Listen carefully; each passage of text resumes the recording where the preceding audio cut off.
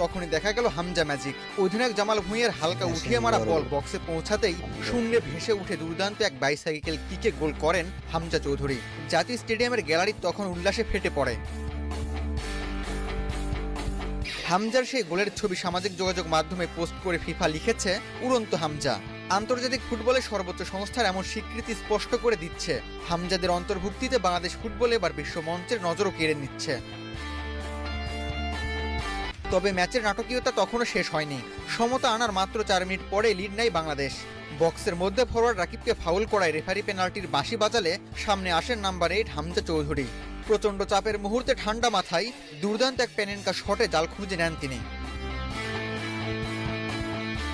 শেষ দিকে ম্যাচটি প্রায় নিশ্চিত জয়ের দিকে এগোচ্ছিল, কিন্তু অতিরিক্ত সময়ের 3য় মিনিটে কর্নার থেকে অনন্ত তামাংয়ের দুর্দান্ত ফ্লিক গোলরক্ষক মিতুল মার্মাকে পরাস্ত করে জড়িয়ে যায় বাংলাদেশের জালে। জয়ের খুব কাছে গিয়ে